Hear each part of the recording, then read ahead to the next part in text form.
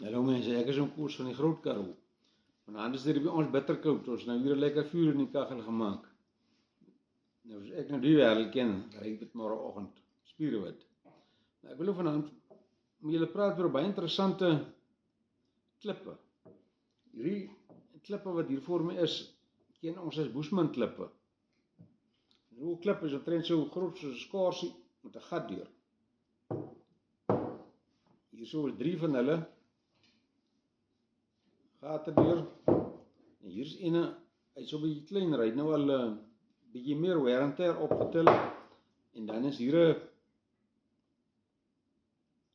'n klip, hy was ook 'n klip gewees. Hy het ook 'n gat deur gehad, of hy het die gat deur, maar hy het gebreek. Nou kyk, hy het so middeldeur gebreek en hy het so gebreek. Nou hierdie klippe kom alles hier uit die omgewing uit, hier uit die suidelike Karoo uit.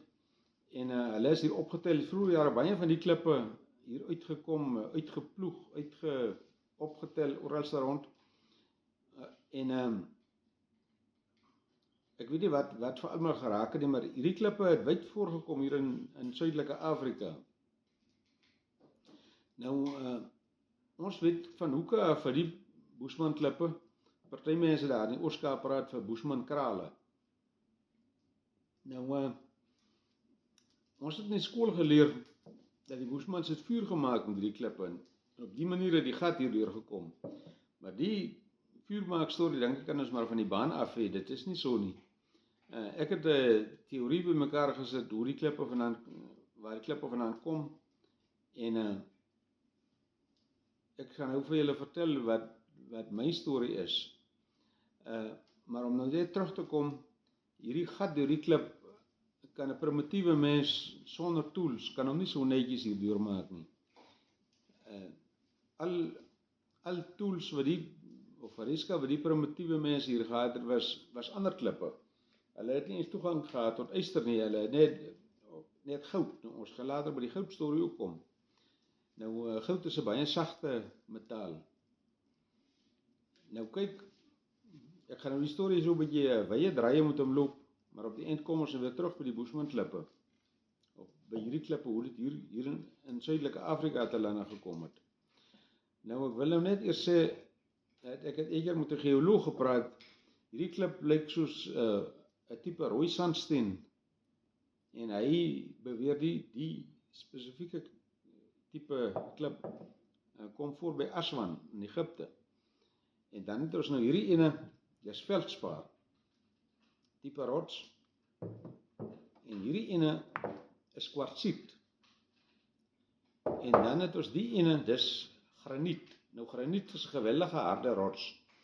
Op die Mouerskaal, as jy nou vat die Mouerskaal gaan van kruit tot by diamant. Kruit is die sagste en diamant is die hardste. Dan lê graniet op so by nommer 7, so is geweldig hard. So om te bewerk moet 'n mens ordentlike gereedskap hê. Nou kyk, ek wil nou net 'n storie ophaal, Hawe Salomo. Sy goud het vroeër jare van Zimbabwe afgekom. Nou ons het daai tyd in die skool geleer of gepraat van die fabelagtige land van Monomopata met sy fabelagtige rykdom. Nou dit weet ons is vandag Zimbabwe. Nou daar is ou myne toe die pioniers daar aangekom het hulle van die myne daar ontdek, maar as gevolg van die primitiewe tegnologie wat die mense daai tyd gehad het, kon hulle net tot 'n sekere diepte werk. Maar die aanduidings is daar dat geweldige ryk goud neerslae daar was. Nou baie van Salomo se goud kom daarvandaan. Nou die Fenisiërs wat sy seevaders was, het aan die ooskus van Afrika afgekom, nie aan die weskus nie, aan die ooskus. En volgens Herodotus het hulle om die suidelike punt van Afrika gegaan, in die teenoorgestelde rigting as wat die Portugese vroeë jare gegaan het. Nou die Fenisiërs, soos ek sê, hulle was baie bekwame seevaders, hulle Salomo se vervoerwerk op see gedoen, sal ek nou maar sê. En hulle het sy goud vir hom aangery. En al wat dinge, as 'n mens kan in die Bybel lees wat hulle alles teruggebring het na so 'n jaar of 2 op see. so hulle het aan die Ooskus afgegaan. Nou kyk, omdat hulle by die Ooskus van Afrika afgegaan het hulle nie hierdie geweldige storms wat hier by die Kaap is, het hulle nie belewe nie. Nou, hulle het teen die Ooskus afgegaan, en daar waar Mosambiek vandag is, Maputo, net noord van Maputo, is 'n hawetjie of 'n baadjie met die naam van Sofalia. En van Sofalia af is dit nog 'n maand se reis te voet.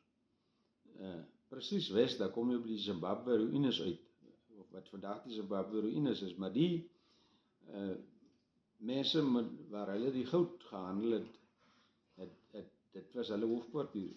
Nou afhangende, ek weet, 'n maand se reis is nou relatief, dit hang af hoe vinnig jy reis en hoe swaar jy dra en wat jy alles het.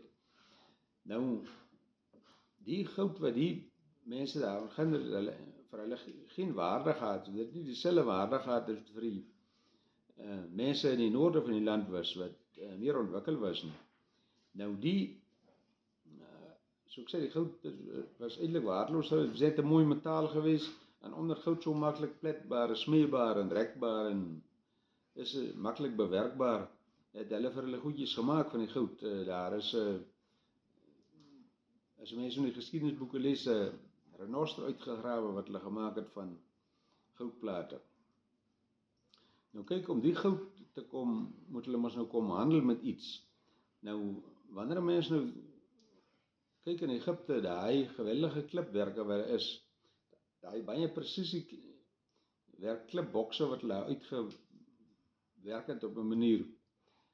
Nou, die klippe kom daarvan in. Nou, ek sal sê hoe die ding werk. Wanneer mense nou kyk na ou soos Brian Foster, wat baie navorsing doen in daai gebied, op die gebied van hoe die klippe vroeër jare bewerk is.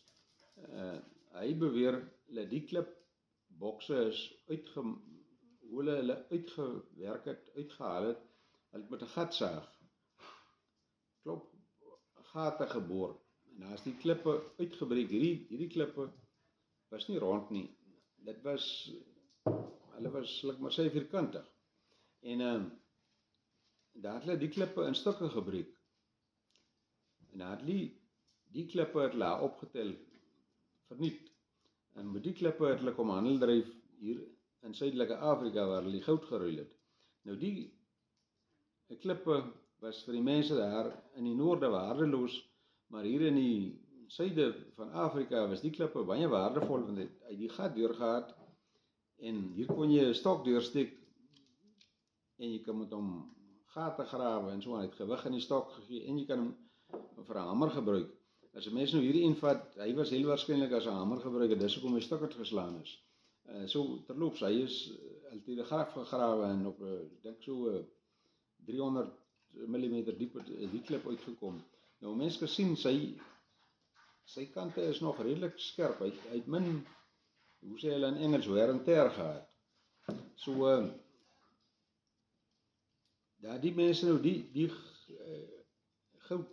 klipstawe uitgebreek, en dan het hulle nou, op methodes wat vandag nog vir ons onbekend is, ons wil miskien op 'n ander dag daaroor praat, wanneer ons oor die piramides praat, dat hulle nou die klipbokse mooi netjies vierkantig uitgewerk, miskien met 'n tipe laser, miskien met ander tools wat ons vandag nie ken nie, dat hulle so glad is, en soos 'n klipkombuisstolp, spieelblink glad. Nou, ekskuus dan, daai klippe het hulle nou hier kom ruil in Suidelike Afrika, en dit was vir die mense baie waardevol, wat geen harde metale of enigiets harder as ander klip geken het nie. Want jy kan nou net vat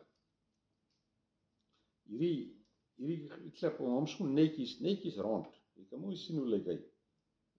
Hierdie gat hier deur te kry. Jy kan dit glad nie met 'n ander klip of iets anders doen. Jy moet as ek sê, om graniet te bewerk, het jy geweldige harde gereedskap nodig. Sterk, iets soos 'n tungstenbit of so iets. Nou die tools wat die mense daai tyd in Egipte gehad het, soos ek sê, ons gaan nog daaroor praat, was iets onbekends en goed wat ons nie ken nie. Daar is geen spore of enigiets van enige tools wat hulle gebruik het om die soos 'n gatsaag, om die klipstaaf daar uit te saag nie. Maar hier is die bewys dat dit moet op so 'n manier gedoen wees. So hierdie klip, so hy is omtrent so 'n bietjie groter as 'n skorsie. Hierdie een is so groot soos 'n skorsie. Hierdie een is 'n bietjie kleiner. Dis kwartsiet. Mense kan sien hy is nou al baie gebewerk, hulle het al baie gebruik. So daar is groot raaisels rondom die ou mense hoe hulle dinge gedoen gekry het. So dis nou maar my storie van die Boesmanklippe. Baie interessant. 'n vriend van my het ook so 'n klip. Hy wil eendag met my kom gesels as hy sy storie vir my vertel.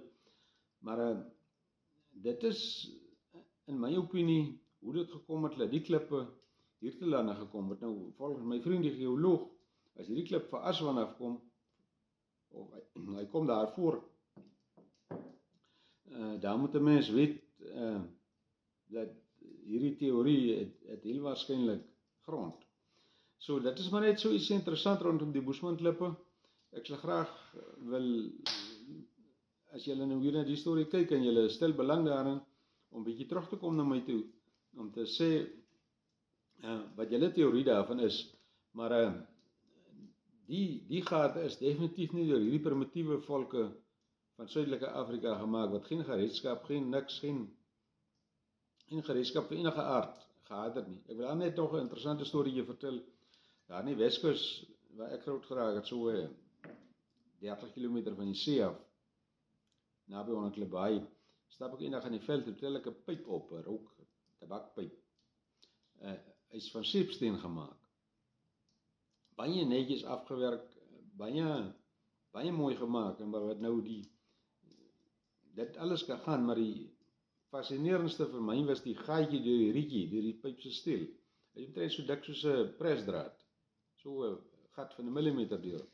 Nou selfs om daai gat deur daai pyp se steel te maak, dit is baie fyn werk en baie akkuraat en baie netjies.